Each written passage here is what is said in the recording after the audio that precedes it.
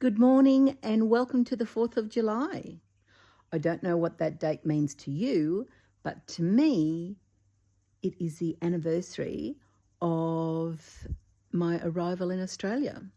So on the 4th of July in 1965, my mother and father and myself arrived in Australia on board the Flotta Lauro after a 6-week journey from Germany.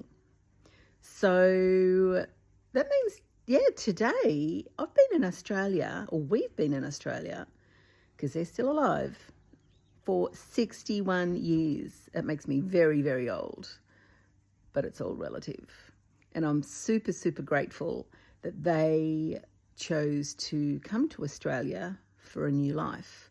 So in fact, we were almost like a 10-pound pom, except we're not poms. The Australian government paid for us to come to Australia as long as we stayed for 2 years.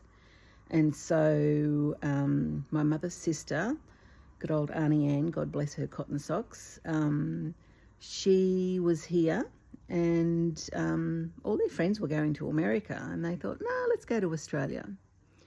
And after the 2 years, obviously they decided to stay and have created a beautiful life for themselves and me, and then eventually my brother, who came along as well. Here we are 61 years later.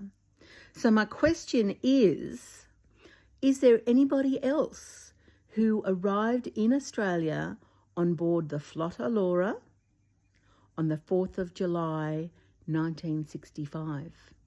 I do know my friend Jackie and Connie, who we met, we met Connie and her parents on the ship and have been friends all this time.